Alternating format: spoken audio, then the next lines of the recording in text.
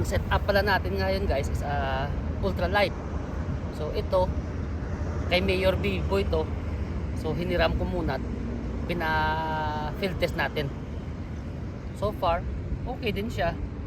Yung mga pangbaku-bakuko lang maganda siya kasi mas mabilis mo bang maramdaman agad yung ano ng isda. Parang nagustuhan ko to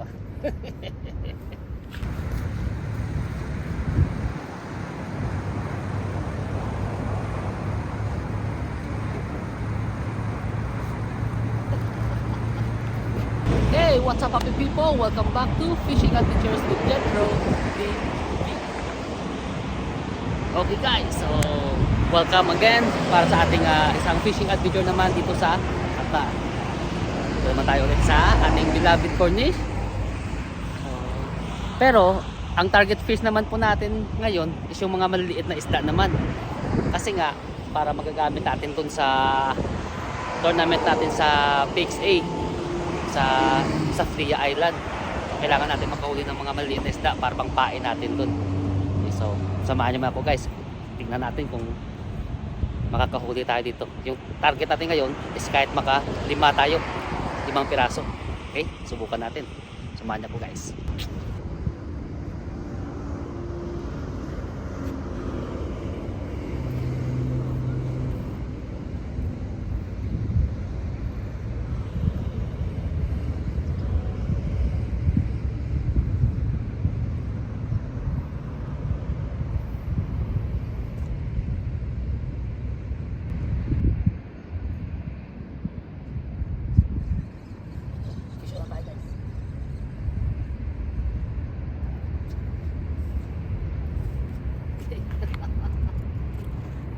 Okay, so naka-isa agad tayo guys.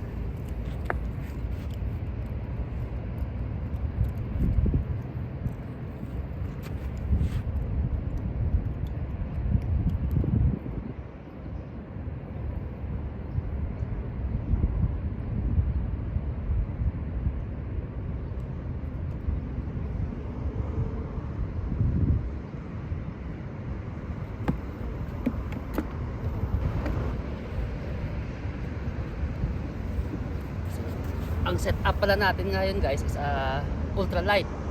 So ito kay Mayor Vivo ito. So hiniram ko muna at field test natin. So far okay din siya. Yung mga pangbaku-bakuko lang maganda siya kasi mas mabilis mo bang maramdaman agad yung ano ng isda. Parang nagustuhan ko to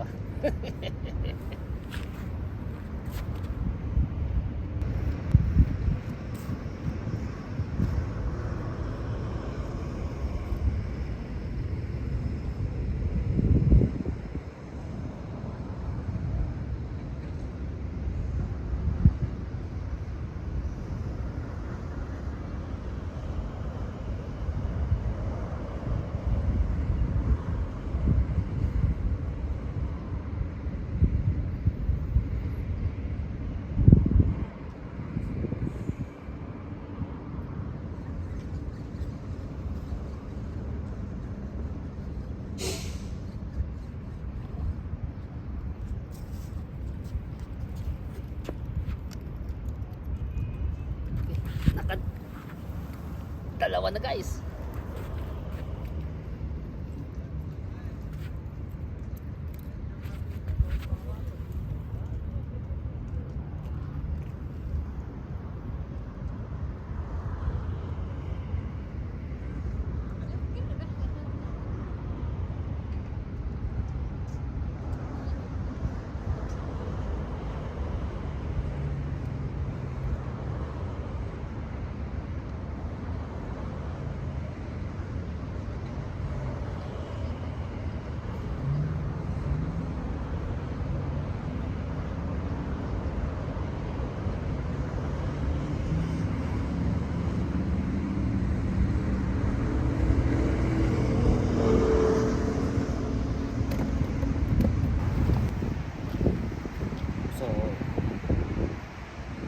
Hiramin mo natin to guys yung isa habang nag-ano rin tayo ultralight, so baka makadali pa to ng mamaw. Okay.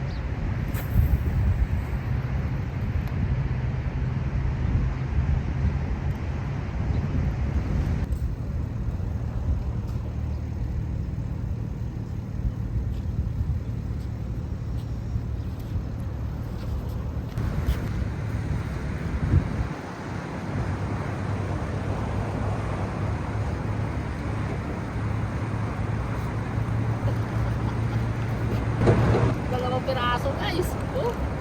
Aywa. 2 piraso. Panalo.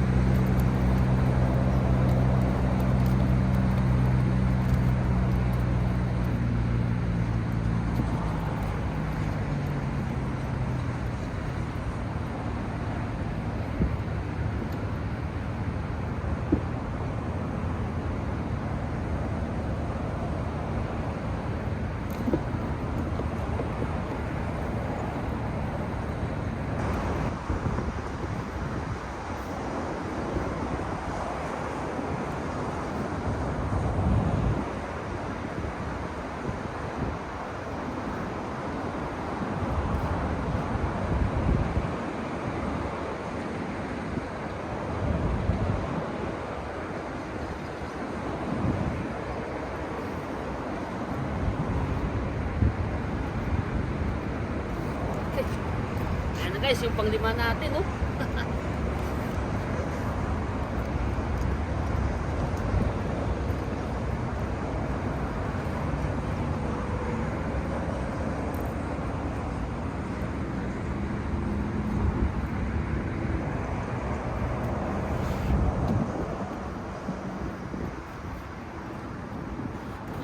So, maganda talaga to guys yung setup na to. Siguro kumpara sa akin na opinion, para sa mga beginners ba, sa mga gusto na mag-start ng fishing, so, siguro mas maganda mag-start kayo guys sa ultralight. Yan, ito, ganito na yung ang setup nya, kapong na 662, tapos 1000 na reel, at saka yung line, yung PE1 na PE1 siguro to, or PE 0.8. Tapos yan lang, maliliit na hook. Yun. Mas ma-enjoy nyo guys. Okay? Sa mga beginners, maganda. Sarap sa pakiramdam. Parang gusto ko nga ulit magano nito eh. Ganito. Okay?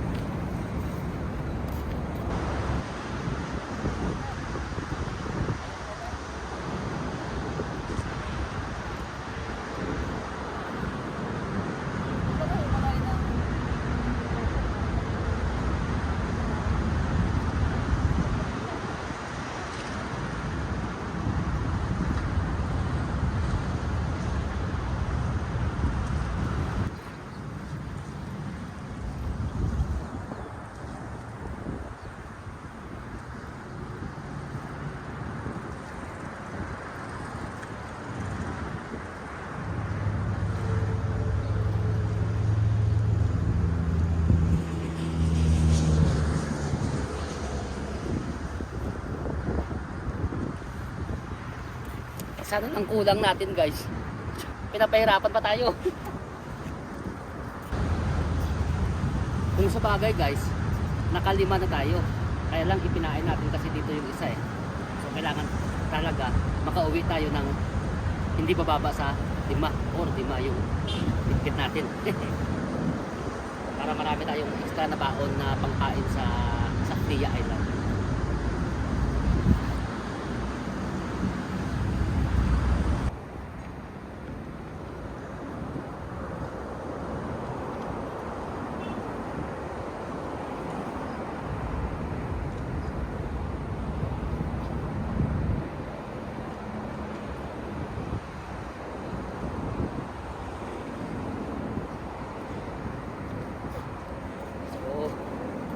Kompleto na guys yung 5 natin.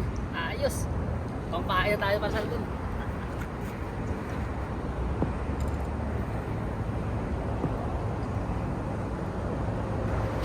Okay. So, nakompleto na yung 5 pangpain natin. So, kahit mga 20 minutes na lang, makadagdag lang tayo kasi yung mga tropa natin doon, siyempre, hindi natin masasabi, baka wala sa pangpain. At least may extra tayo, may pangbigay din tayo sa kanila. Okay?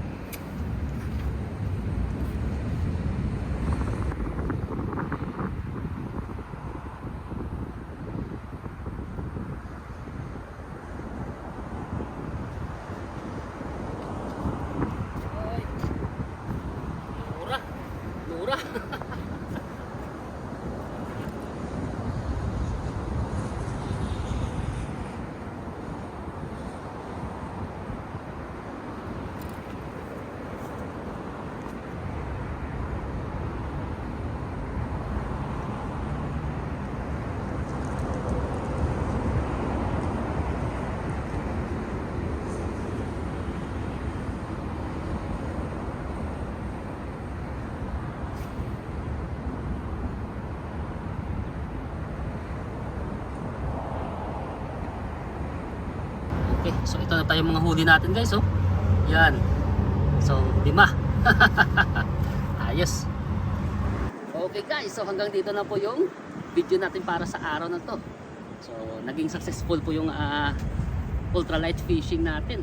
So yung target natin kanina is maka 5 lang tayo na mga maliit na isda para may pangpain tayo para sa may tournament natin sa may PXA sa Friday. So, pero sumubra tayo, nagpito tayo eh. O 8 kasi nga may isa pa tayong inirelease kanina, tapos 2 na yung napain natin dito sa live bait natin. So naka 8 po tayo. Ito po yung isa sa mga magiging opinion ko guys, at saka suggestion sa mga nagtatanong sa akin sa mga ganito. Para sa mga beginners siguro guys, ito yung pinakamaganda para sa inyo, sa mga beginners. So start kayo sa ultralight para kahit paano guys ma-enjoy talaga yung pag-fishing nyo. Okay? So start kayo dito, maka bili kayo ng kapong na to na pang ultralight 662. So maka-order po kayo nito sa kay Kabsat Adventures o di kaya sa kay DJ Tackles. Tapos pares nyo lang guys yung mga 1,000 na reel. Okay? 1,000 na reel at saka 0.8 na line or PE1. Ayos na yan. Panalo na yan na ang setup. Okay? Tapos yun, mga maliliit na talaga na hook at saka maliit na sinker din, mga siguro 1 or 1/2 na mga sinker, okay na yun. So I hope guys na nag-enjoy po kayo sa video natin para sa araw na to. Ako nag-enjoy sa ultralight. Totoo, first time ko talaga gumamit to ng ultralight na to, kasi hindi talaga ako, kasi mula noon babad ako, mga ganyan, bait and weight ng mga pangbalakihan, ganyan. So first time ko, pero ako kahit paano nag-enjoy. Yung tuwing hagis mo may kumakagat-agad ng mga maliit. So hatak ng hatak. So ayos din guys, panalo tayo ngayong araw.